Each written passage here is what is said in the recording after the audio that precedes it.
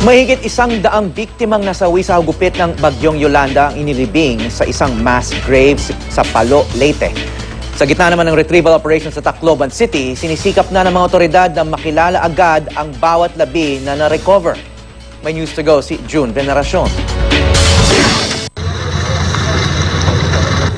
Hindi pa man tapos ang retrieval operation, hile-hilera ng labi ang kinakailangang kilalanin ng mga otoridad sa Tacloban pa lang.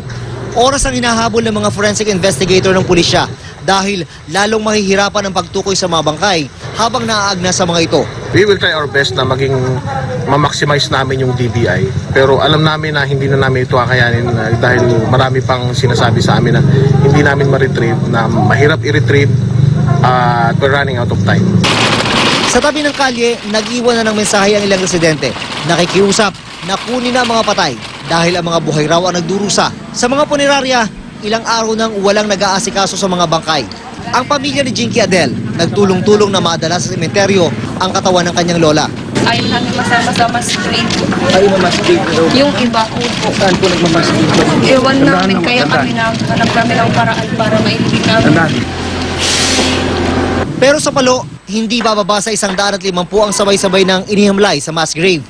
Kasama ang nanay, bunsong kapatid, at marami pang kaanak ng 10 taong gulang na si Gerald Pasakaw. Hindi nila alam na tataas ang tubig. Pumunta lang sila dun sa hindi natutumba na bahay. At pinangangambahang lalo pang darami ang bilang ng mga bangkay na kailangang kilalanin. Boss, ito pagkain, boss. Maraming lugar kasi kahit sa mismong Tacloban, ang ngayon palang napapasok ng mga otoridad. Tulad sa Magallanes Street na may harang ng marating ng GMA News.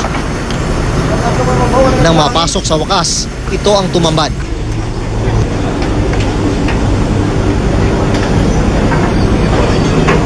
Wala na nga nagre-retrieve ng mga bangkay. Wala pang tulong na nakakarating sa mga buhay. Kaya hindi katakatakang patuloy ang desperasyon na una nating nasaksihan itong mga nakaraang araw.